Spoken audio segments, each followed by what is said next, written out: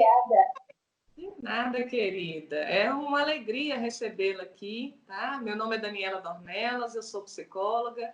Nós estamos continuando com a nossa série, que é a Rede de Apoio. Semana passada, nós já começamos falando a respeito de toda uma rotina, né, das crianças, dos adolescentes, na fase escolar, para nós começarmos a fazer essa rotina e continuar com ela também após essa pandemia. Esse período de isolamento é um período de adaptação, é um período também de estar se aproximando muito mais das crianças, e nós temos também a possibilidade de mudar os nossos hábitos daqui para frente, fazer diferente. Então, eu queria que você se apresentasse um pouquinho, fala um pouquinho para a gente. Meu nome é Ana Carolina, eu sou dentista. Eu queria agradecer primeiro, né, o convite de estar aqui conversando sobre isso. É muito legal poder falar um pouquinho das nossas experiências nessa quarentena, que é uma realidade nova para todo mundo, né? Você falou um pouquinho aí sobre rotina, e a gente tem que parar um pouquinho agora para pensar o quanto é difícil para a gente estabelecer uma rotina nova e manter essa rotina numa situação tão difícil, tão diferente, tão nova para todo mundo, né? Ninguém está adaptado, habituado a ficar trancado em casa tantos dias, muitas vezes com criança, idoso. É difícil mesmo, né? A gente não pode agir como se nada tivesse acontecendo, né? Como se fosse uma coisa normal, realmente não é. Mas a gente precisa puxar a realidade para esse momento também. A gente precisa manter a nossa rotina, estabelecer rotina, criar bons hábitos e manter esses hábitos, né?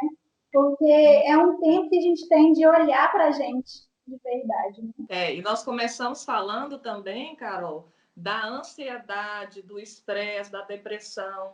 E um dos sintomas dessa ansiedade é uma má alimentação. Principalmente as crianças estão em casa, elas têm uma tendência a também estar imitando esse adulto. Então, muitas vezes elas têm uma alimentação que não é regulada. Então, introduz muito doce para a criança, mas porque esse pai, essa mãe também está trazendo muito doce para casa. Então, os pais ansiosos também estão gerando filhos também que estão comendo de forma errada. Então, na sua profissão, no seu dia a dia, como é que é essa rotina que a gente pode ter com as crianças, começando com os adultos e passando para as crianças? Como é que eu vou introduzir essa rotina? Já que uma pessoa ansiosa vai comer o dia todo. Como é que eu vou estar controlando essa né, preocupação que faz parte da nossa saúde, que é a saúde bucal? Então, dá uma dica aí pra gente. Como é que a gente vai fazer com as crianças, Carol? É um desafio que a gente todos os dias passa por ele. Não adianta eu acordar hoje e falar,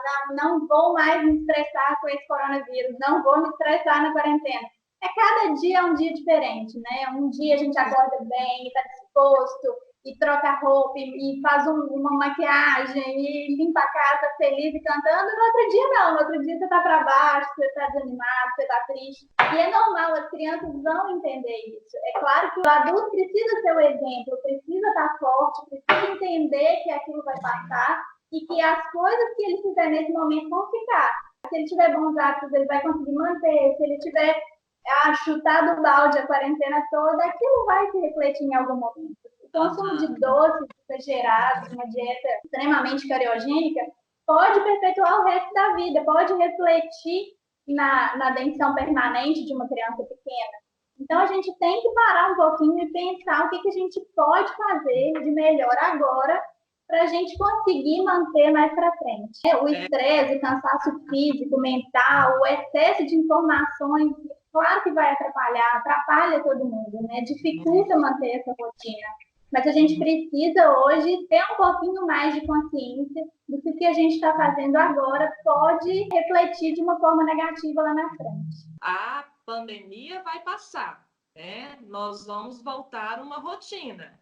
Mas o que eu faço hoje pode estar me afetando no amanhã, que é o amanhã que a minha rotina vai voltar ao normal. O que a gente começou também a falar em outros vídeos. Tomara que esse normal seja um normal agora, seja mais melhor. saudável.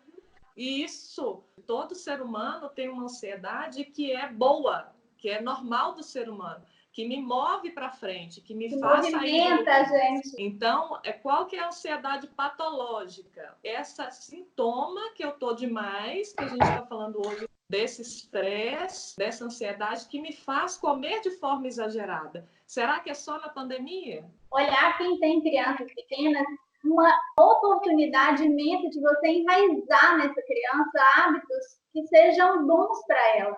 Você está aí o dia todo, você não precisa sair de casa. Claro que é difícil pra caramba, a gente tem serviço infinito em casa, mas é uma oportunidade que a gente tem de olhar para o filho da gente, olhar para aquela criança e entender que aquela criança precisa de você nessa oportunidade.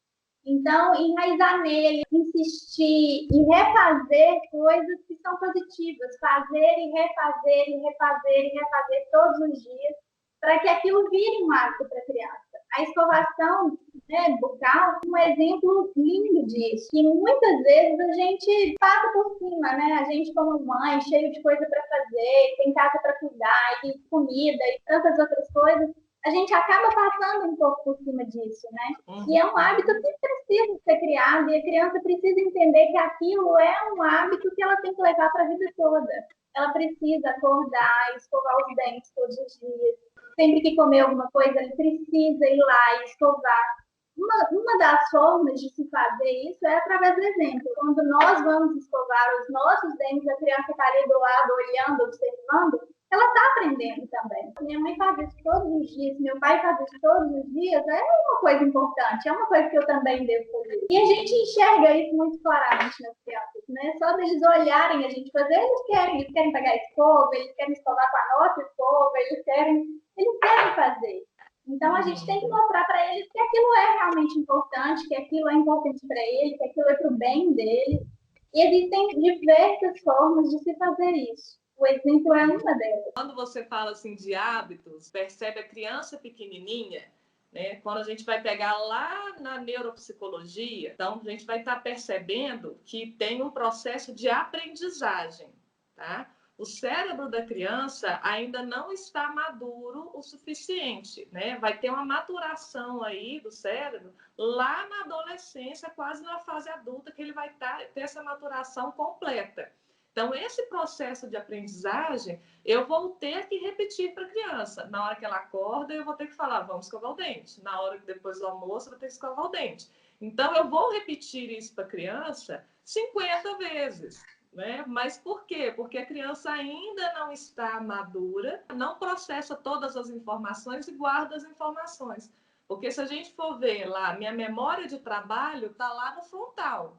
E o frontal vai estar amadurecendo lá na adolescência. Então, eu pegar essa memória de trabalho, essa memória executiva, né, vai estar enraizado isso, desses hábitos, só lá para frente. É o que você está falando, vai ter que insistir, vai ter que dar o exemplo. A gente acha que a higiene, por ser higiene pessoal, é uma responsabilidade da criança e não é. A responsabilidade da higiene da criança é do responsável. A criança não está apta, ela não tem coordenação motora, ela não está pronta para assumir essa responsabilidade, mesmo que seja dela, do corpo dela, uma higiene dela, ela não está pronta para isso. Quem é o responsável por isso é o adulto. Ah, mas ele tem 7 anos. Tá, ele tem 7 anos, ele consegue ir lá e escovar, mas a responsabilidade sua é ir lá olhar e ver se está bem escovado, se está bem limpo, se ele está fazendo direito, se ele está conseguindo fazer o que você está pedindo. Enquanto responsável por aquela criança, precisa olhar isso e falar, não, vem cá, deixa eu dar uma olhadinha, você fez a sua parte, agora eu vou fazer a faxina. Eu brinco isso com a minha, vou fazer uma faxina aqui, peraí, vem cá. E é importante a gente deixar muito claro, Dani, que a escovação, a higiene bucal da criança é uma responsabilidade do cuidador, do pai, da mãe, do avô, da avó, de quem cuida daquela criança, né? De quem está ali naquela casa. É a família precisa cuidar. Porque é uma responsabilidade grande, a gente já tem tantas outras responsabilidades, porque é muito difícil jogar isso só nas costas da mãe. Tem que ser toda uma rede aí. E até a forma do ensinamento. A gente vai falar também na neuropsicologia do apego seguro, né? O que é o apego seguro? É a forma como eu, né, cuidadora, vou estar lidando com aquela criança. A criança tem que se sentir segura, amada, protegida, tem um ensinar de forma lúdica, de forma prazerosa, com que eu traga essa criança para perto e que ela se sinta segura, que ela se sinta à vontade e que aquele hábito de escovar os dentes seja para ela uma questão prazerosa e não uma punição. Trazer um pouco também a responsabilidade para a criança, né? Porque a criança pode, ela não precisa escolher se ela vai ou não escovar o dente, mas como ela vai fazer isso, ela pode escolher. Se ela vai fazer brincando, se ela vai fazer isso tomando banho, se ela vai fazer isso, vai escovar os dentes enquanto canta uma música, enquanto conta uma história. Isso a criança pode escolher, né? Fazer isso de uma forma legal, que seja boa para ela, prazerosa para ela. Uma das formas que eu sempre falo, que eu ensino para as mães, é perguntar para a criança em vez de você ficar mandando, porque mandar é muito cansativo mentalmente para a gente, enquanto mãe, enquanto responsável. Terminou de almoçar, pergunta assim, e agora? O que a gente faz depois que a gente termina de almoçar? O que a gente precisa fazer para deixar os dentinhos limpos? No começo, talvez ela não fale, talvez ela não saiba, e você precisa falar, você não sabe o que precisa fazer? Vem cá, vou te mostrar o que eu faço para deixar o meu dente limpo. Aí leva a criança no banheiro e mostra. Outra coisa que eu sempre falo é que a gente tem que parar de falar com crianças pequenas demais que tem bicho no dente delas. Quando você entra nesse aspecto aí, vai uma questão muito psicológica também. A criança, ela imagina muita coisa. Então, ela imagina realmente que tem um bicho no dente. Ela começa a ficar com medo daquilo, né? Isso. Não quero escovar o dente. Mas escovar o dente vai tirar o bicho, mas na cabeça dela não vai tirar o bicho. Não quero olhar para esse dente, eu não quero ver esse bicho, eu não quero abrir essa boca. Eu não quero ter contato com esse bicho. E uma outra coisa também que as mães muitas vezes fazem de colocar medo na criança de ir no dentista. Se você não se comportar, ele vai fazer sem anestesia. Ele vai te dar uma injeção. Aí eu falo no final, eu falo assim, se você se comportar, seu pai vai te dar um brinquedo lindo. Aí o pai, não foi isso que a gente combinou. Foi não, foi realmente. A criança tem uma dificuldade também de manter isso. E isso vai levando para a vida adulta. O que o meu pai, o que a minha mãe fala, o que a minha professora fala, o que o meu familiar fala, isso fica na cabecinha da criança como uma verdade. Porque são pessoas que eu confio, são pessoas que eu amo e são pessoas que me amam muito. Então, se eu faço um terrorismo ali com a criança, né, ela vai pegar aquilo como verdade. Aí você vai ter adultos que não vão ao dentista. Muitas vezes o adulto não sabe explicar por que ele tem medo. Não, eu tenho medo, não gosto. Não tenho, nossa, aquele motorzinho eu detesto. Não sabe o que é, mas é lá de trás, né? É aquilo que foi falado diversas vezes para ele, que aquilo era ruim, que ir no dentista era um castigo, né? Eu acho que a gente não pode trazer como castigo uma coisa que é uma necessidade da pessoa, né? Uma coisa que ela não pode evitar que ela vai precisar ir ao dentista. E aí você vai usar isso como castigo para a criança, eu acho cruel muitas vezes. Eu queria que você explicasse para a gente, para as mães, para os pais, para os cuidadores também, que é a ideia de que se a criança pequenininho, meu bebezinho, ainda não tem dente, eu não preciso limpar. Se o dentinho é de leite, eu não preciso limpar, porque vai cair, vai nascer outro. E aí a gente, né, eu já peguei crianças no consultório que tiveram que fazer um canal, né, já muito pequenininha. Então, eu queria que você explicasse isso para a gente. Como é que é isso? É muito daquilo que a gente até já conversou agora mesmo, sobre deixar a criança fazer, o pai relaxar e falar, olha, é responsabilidade da criança, esse dente vai cair mesmo, se cair, depois vai nascer outro.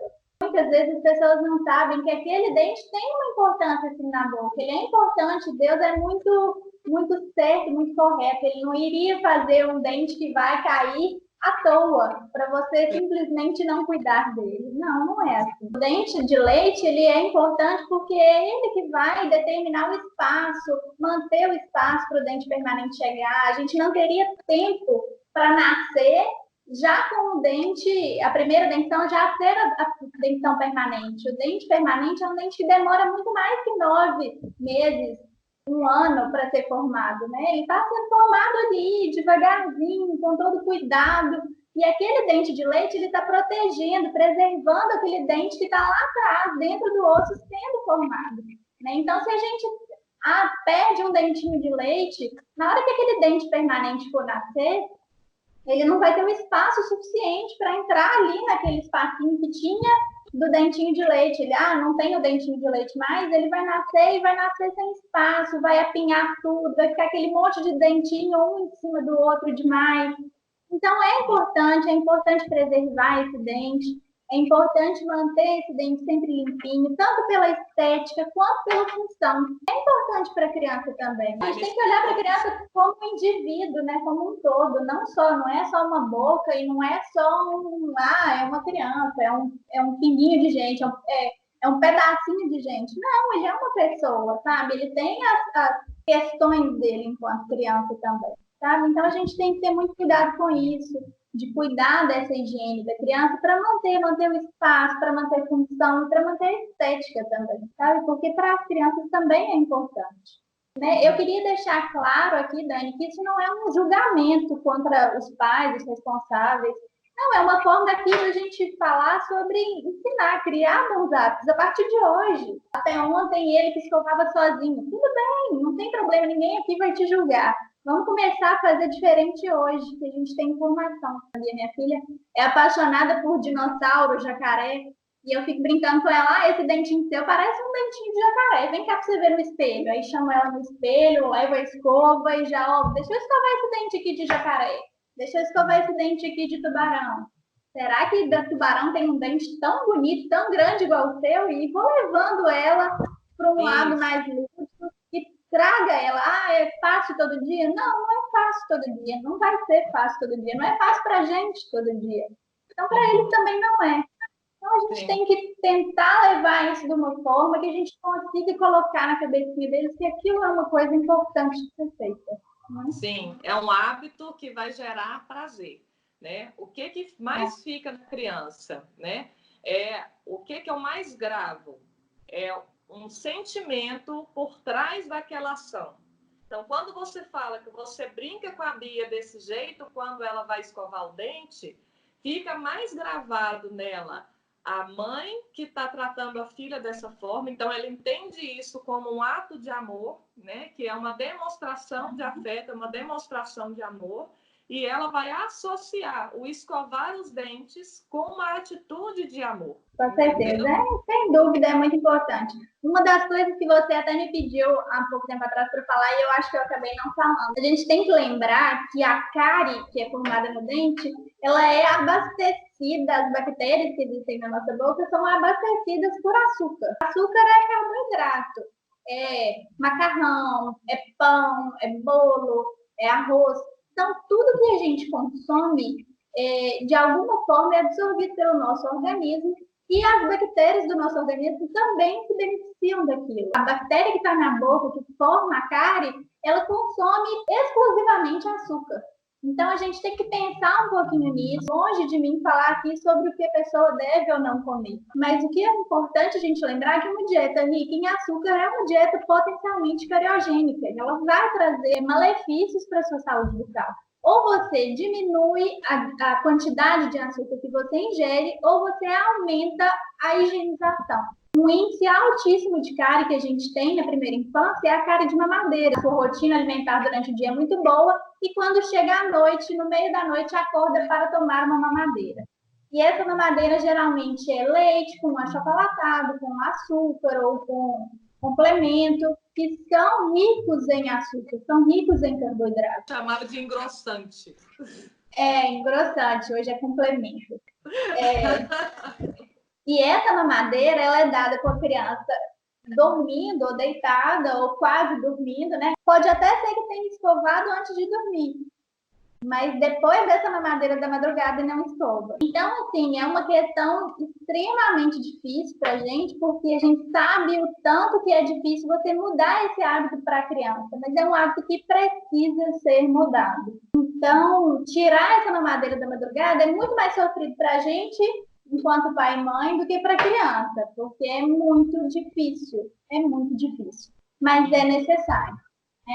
É necessário porque os danos são imensos, ainda mais se não for uma criança que já tem o hábito de escovação enraizado nele, que quando acorda não escova, que depois come bala o dia todo, come chupa-pirulito o dia todo, come muito doce. Se ainda assim ele de madrugada mama uma mamadeira e não escova, isso já eleva muito as chances dele ter a cárie de mamadeira, que é uma cárie muito agressiva, porque ele fica muito tempo entre a mamadeira e a próxima escovação, entre a dieta, né, o consumo de carboidrato e a próxima escovação. É um tempo muito grande para a bactéria se alimentar, produzir ácido e corroer o dente. Então, eu queria ir terminando agora perguntando para você o seguinte: como é que eu vou escovar o dentinho de um bebê que não tem dente? E aí depois eu vou, né, caminhando aí, né, com um modelinho aí que você tem bem legal aí para estar ensinando para as crianças maiores, né? Como é que eu escovo o dente lá do meu bebezinho? O bebezinho mesmo, assim, sem dentinho nenhum, a gente limpa com uma gazezinha no dedo, ou a gente enrola a fraldinha no dedo, umedece com água morna ou água natural, temperatura ambiente, e limpa a boquinha do bebê depois de cada mamada. Aquilo é bom para diversas coisas, né? Para o hálito do bebê ficar melhor, para tirar aquela camada de leite que fica presa nas papilas da língua. Então, você dá uma limpadinha delicada, sem apertar, sem machucar. E é ótimo para limpar, passar a gaze na boca, principalmente na língua. Mais importante, na língua. E é extremamente importante para que a criança se adapte ao contato do cuidador na boca dela. Né? Essa dessensibilização do bebê é muito importante para daqui a pouco começar a escovação. Mas isso precisa ser um hábito. Todos os dias, depois de cada mamada, passa a fraldinha, limpa a boquinha e põe para rotar. À medida que a criança, o bebê, vai nascendo os dentinhos, já pode usar a escova de dente. Escovinha de dente infantil, uma escovinha de dente com cerda macia. Um pinguinho, um grãozinho de arroz, coisa minúscula de pasta com flúor. Pasta de dente com flúor. Desde o primeiro dentinho, a gente já usa pasta com flúor. E escovar os dentinhos todos os dias, depois de cada refeição. Um hábito que a criança tem que aprender. Ano passado, eu fiz para a escolinha da Beatriz, da minha filha, eu fiz junto com a professora dela, na época, uma boquinha para eles com um feijão branco. Eu fiz aqui ó, o desenho de uma boca e colei para fazer os dentinhos, feijões, ó, aquele pincel de quadro branco, a gente pintava os dentinhos, sujava eles e as crianças vinham com a escovinha e limpavam. Foi muito interessante, as crianças amaram a atividade. Dura muito, assim, então você vem, pinta aqui o dentinho, faz as manchinhas pretinhas como se fosse restinho de comida. Ah, tem uma comidinha aqui, ó, vamos limpar. Tem uma. Ah, o que você comeu hoje? Ah, você comeu feijão? Aqui, ó, tem um feijãozinho aqui. Ah, você comeu brócolis? Ó, tem um brócolis agarrado aqui. Você vai pintando, vai desenhando e a criança vai limpando a boquinha. Para crianças um pouquinho maiores, ou até dessa faixa etária, a gente fez um bocão com tampinhas de garrafa. Ó. Aqui a gente fez todos os dentinhos e aqui é um papelão. Ó. Aqui tem um EVA. E aí nós fizemos um botão para as crianças escovarem. Ele é ótimo também para ensinar a passar o fio dental aqui, ó. Você passa o fio dental entre as tampinhas. Ficou muito legal, é muito divertido. As crianças adoram esse botão. A gente tem que entrar na brincadeira para tornar aquilo interessante para eles. Parabéns pela iniciativa aí, que é justamente isso, né? Quando a psicologia faz essa ligação com as outras áreas, principalmente com a área de saúde, a gente orienta realmente da pessoa estar brincando com a criança, fazendo de uma forma lúdica, para que ela junte o que eu já falei com você, assim, aquela parte lúdica, aquela parte do amor, com o que eu tenho que fazer, que é um hábito, para não virar uma coisa por obrigação, uma coisa chata, uma coisa ruim, para não ser um castigo. Só uma última pergunta, Ana. Sabe aquelas escovinhas de silicone que vendem na farmácia, que a gente coloca, né? Você acha que tem necessidade realmente daquela escovinha? Ou a fraldinha mesmo, você dá conta de estar limpando a boca da criança? Porque nem todo mundo também tem a situação financeira para ir lá e comprar uma escovinha de silicone. Aquela escovinha de silicone chama dedeira. É muito boa, mas a fraldinha super substitui, não tem necessidade nenhuma de ter a dedeira. Ela é boa, de macia, de confortável. para a criança. Eu acho a dedeira difícil de higienizar. O lugar onde você põe o dedo fica sempre muito úmido, então você tem que deixar secar muito, num lugar muito arejado, e banheiro geralmente não é tão arejado assim. Então a fraldinha super substitui. A gente sempre, quando está com um bebê pequeno, a gente sempre tem uma fraldinha no ombro, aquela fraldinha dá super certo. Não tem necessidade de ter especificamente a dedeira.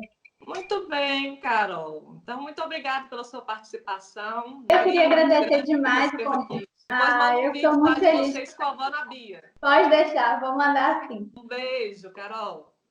Beijo, tchau, até mais. Tchau.